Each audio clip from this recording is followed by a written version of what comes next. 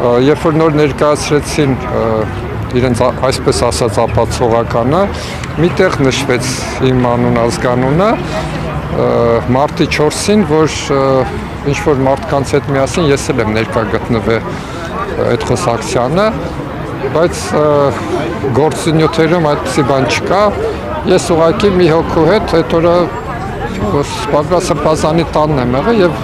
կենց աղա խոսակցությունն է, բայց քանի որ մարտի 4-ին տարբեր խոսակցություններ են ձայնագրել,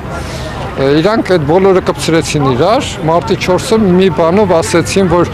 Արա Ռոստոմյանը այս այն մեկը ներկա են գտնվել եւ խոսացել են, բայց դա մի խոսակցություն չի եղել, ամբողջ օրվա ընթացքում ինչ-որ այդ օրն են ձայնագրել, այդ օրվա խոսակցություններն ա բերած։ Դուք նշեցիք, որ հիմք չկա, հա, ձգձգում են,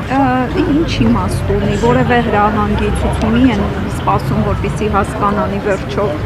ինչ են անելու։ Դե այս գործը հրահանգով են եղել, հրահանգով բերել են մեզ, հրահանգով է պետք է անեն։ Այսինքն ամեն անգամ էլ պարզ երևում է, որ հրահանգա